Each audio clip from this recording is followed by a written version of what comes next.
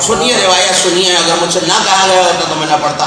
مولا کا بڑے مشہور عالم صحابی علی بن یقین، سنا ہوا ہے نا نام آپ نے؟ ابھی عرض کر کے آ رہا ہوں برگاہ دربار حسینی میں۔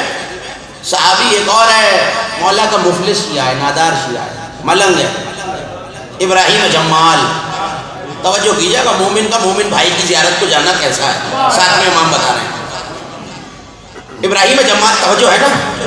آپ بولتے رہے تو میں بولتا رہا۔ ابراہیم جمال چلا، علی بن یقین چونکہ اب جو معجزے سنتے رہتے ہیں، کتابیں پڑھتے رہتے ہیں، انہیں پتا ہے کہ حکومتی منصب بھی علی بن یقین کے پاس تھا، وزیر تھا، اور اس میں مولا کی حکمت موجود ہے۔ دروازے پر آیا تو ظاہر ہے بڑا آدمی تھا، صاحب ثروت آدمی تھا، کرسی اور اقتدار موجود تھا، تو کسی وجہ سے اس نے کہا کہ وہ میں نہیں ملنا چاہتا۔ ابراہیم جمال نے کہا کہ بھائی مومن بھائی ہے میرا، وہ بھی مولا کا چاہنے والا، میں بھی مولا کا چاہنے والا ہوں۔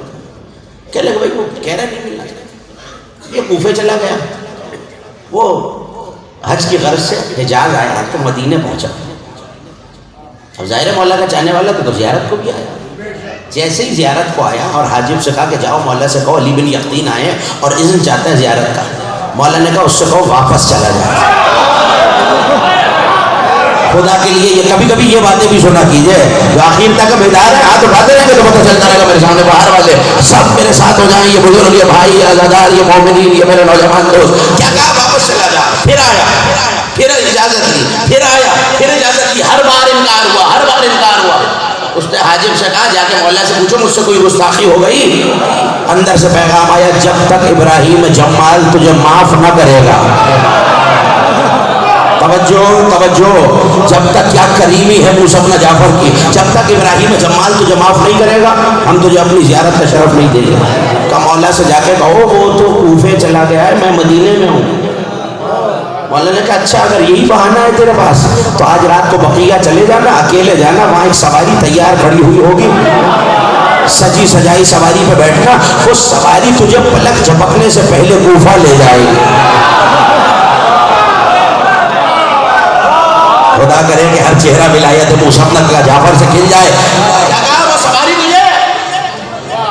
نہیں مجھے آپ کی آواز نہیں، کوفہ لے جائے گا۔ اچھا اگر فرزند رسول نے کہا ہے، رات کو چلا بقیہ میں پہنچا، ایک ایک ماتم دار بیدار ہو جائے۔ میں ماتمیوں کی نظر کر رہا ہوں، اپنے ماتمی ساتھیوں کو کسی ماتمی کا ہاتھ نیچے رہ گیا تو مجھے افسوس ہو جائے گا۔ چلا دروازے پر آیا، اب ظاہر ہے وہ بھی یہ سوچ ہی نہیں سکتا، امکان ہی نہیں ہے کہ کوئی بندہ مدینے سے کوفے آ جائے گا۔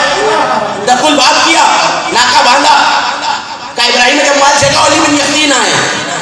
اندر سے آواز آئی کہ ایسا کہاں سے ہو سکتا ہے، جاؤ کوئی ڈھونگ کر رہا ہے، علی بن یقین مدینے سے کوفے آ جائے گا۔ آواز دی ابراہیم جمال میں ہوں دروازے پر۔ کہا اس دن میں آیا تھا تو پلٹا دیا تھا کہ اسی کی معافی مانگنے آیا ہوں۔